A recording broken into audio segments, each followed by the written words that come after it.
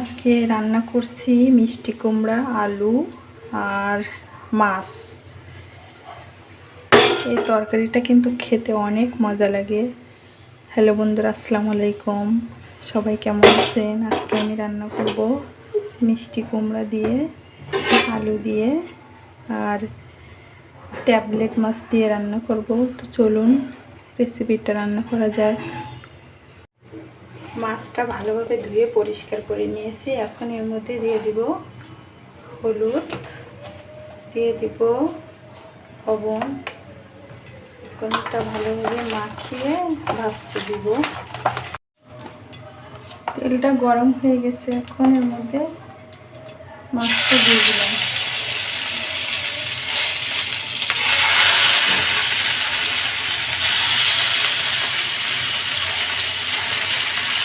এখানে আছে ট্যাবলেট মাছ, silver cup মাছ, আর এটা কী মাছ জানি না। সেগুলো লাল লাল করে ভেজে দেব। তো বন্ধুরা দেখেন, আমার মাছের এক পিস ভাজা হয়ে গেছে।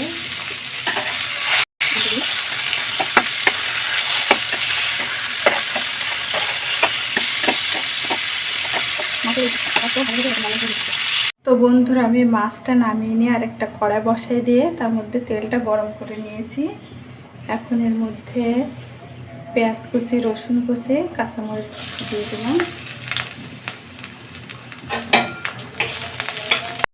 কাঁচামরিচ, পেঁয়াজ কুচি, রসুন একসাথে কিছুক্ষণ ভেজে নিয়েছি। এটা এভাবে ভেজে নিয়ে রান্না করলে কিন্তু তরকারির ঘ্রাণটা অনেক সুন্দর আসে।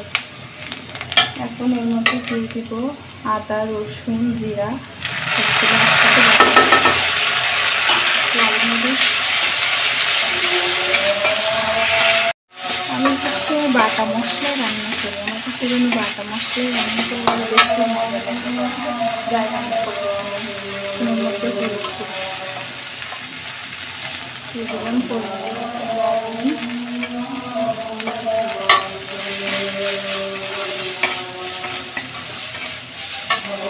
মশলার পাত্রটা দিয়ে একটু ভরা বন্ধুরা। মশলাটা আমার ভাজা হয়ে গেছে।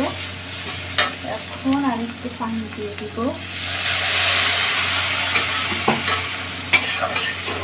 পানিটা কমে আসলে, উপরে তেল উঠে আসলে এর মধ্যে মিষ্টি কুমড়াগুলো দিয়ে দিব। তো বন্ধুরা দেখেন, টক টক করে বলক উঠছে আর ঝোলটা অনেকটা কমে গেছে, তেল উপরে চলে এসছে। এখন এর মধ্যে আলু আর মিষ্টি কুমড়া দিয়ে দিলাম।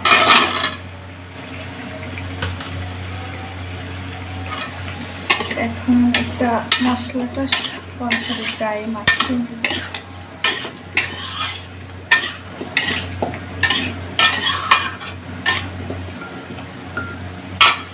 তরকারির গা থেকে পানি ছেড়ে দিবে, এজন্য কিছুক্ষণ ঢেকে রাখবো।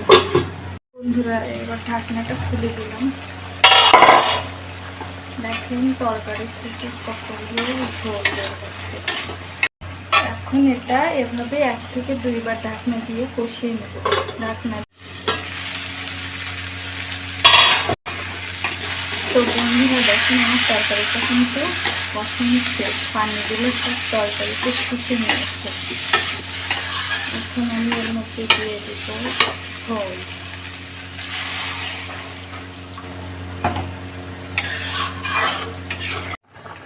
আমার তরকারিতে বলক চলে এসেছে। এখন এর মধ্যে এই ভেজে রাখা মাছগুলো এক এক করে দিয়ে দিব।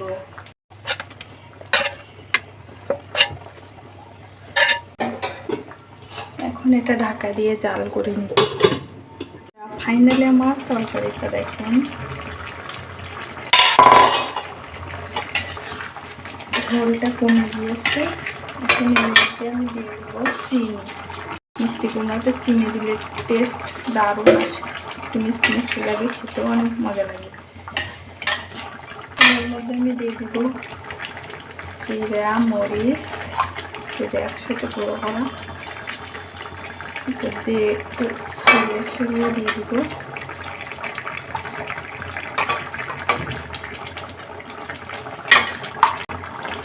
এভাবে 1 মিনিট ঢাকা দিয়ে জাল করে নামিয়ে নিব। আমার তরকারিটা কিন্তু হয়ে গেছে, এখন এটা চুলাটা বন্ধ করে তরকারিটা নামিয়ে নিব।